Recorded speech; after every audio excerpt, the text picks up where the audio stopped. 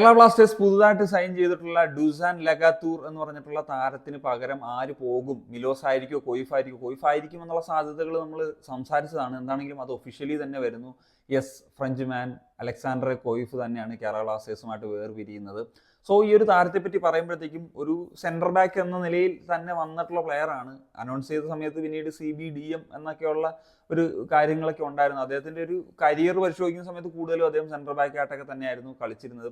ഇവിടെ വന്ന് 13 മത്സരങ്ങൾ കളിച്ച് ഒരു ഗോൾ സ്കോർ ചെയ്തിട്ടുണ്ട്. പക്ഷേ എനിക്ക് ഈ ഒരു താരത്തെ പറ്റി ഓർക്കുമ്പോൾ പറയാനുള്ളത്, നമുക്ക് കാര്യമായിട്ട് അങ്ങനെ യൂട്ടിലൈസ് ചെയ്യാൻ പറ്റിയിട്ടില്ലാത്തൊരു താരമാണ് എന്നുള്ളതാണ്. അത്യാവശ്യം ക്വാളിറ്റി ഒക്കെ ഉള്ളൊരു താരം തന്നെയാണ്.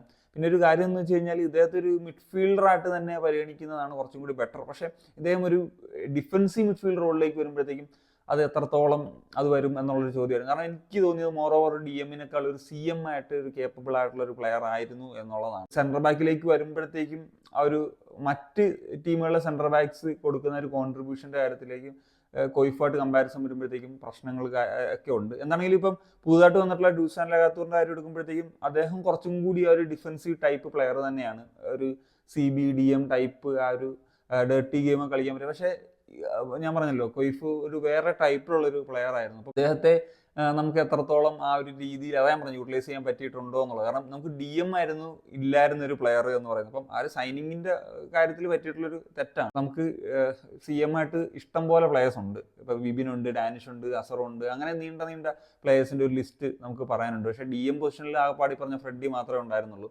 അപ്പം അവിടെയായിരുന്നു കളിക്കാൻ പറ്റുന്ന ഒരു പ്ലെയറെ ഇത് ചെയ്യേണ്ടത്. എന്താണെങ്കിലും ആ തെറ്റ് ജനുവരിയിലെങ്കിലും തിരുത്താൻ ഒരു മനസ്സ് കാണിച്ചു. അതും ഒരു ട്രാൻസ്ഫർ ഫീ കൊടുത്തൊരു പ്ലെയറെ കൊണ്ടുവന്നു എന്നുള്ളത് ഒരു പോസിറ്റീവ് ആയിട്ടുള്ളൊരു കാര്യമാണ്. So that's it. കൊയ്ഫിനെ പറ്റി പറയുമ്പോൾ എനിക്ക് അതാണ് പറയാനുള്ളത്. അദ്ദേഹം അത്യാവശ്യം ഡീസൻ്റ് ആയിട്ടുള്ള ഒരു നല്ല പ്ലെയർ തന്നെ ആയിരുന്നു. പക്ഷേ നമുക്ക് ഒരു ആവശ്യകത ഉണ്ടായിട്ടുണ്ടോ ഈ ഒരു പ്ലെയറെ പറ്റി എന്നുള്ളതാണ് നമുക്ക് ചിന്തിക്കേണ്ടത്. എന്താണെങ്കിലും വേറെ ക്ലബ്ബൊക്കെ എന്താണെങ്കിലും കിട്ടും, അദ്ദേഹത്തിന് ആ പെർഫോമൻസ് ഒക്കെ കൊടുക്കാനും കഴിയും എന്നുള്ളത് തന്നെയാണ് പ്രതീക്ഷിക്കുന്നത്. So that's it guys. അപ്പം എന്താണ് നിങ്ങളുടെ ഒപ്പീനിയൻ ഇപ്പോൾ ഈ അലക്സാണ്ടർ കൊയ്ഫ് പോയതിനെ പറ്റിയിട്ടുള്ളത് എന്നുള്ളത് തീർച്ചയായിട്ടും കമ്പോസ് ചെയ്യാൻ പറ്റുക. സെനിയോ.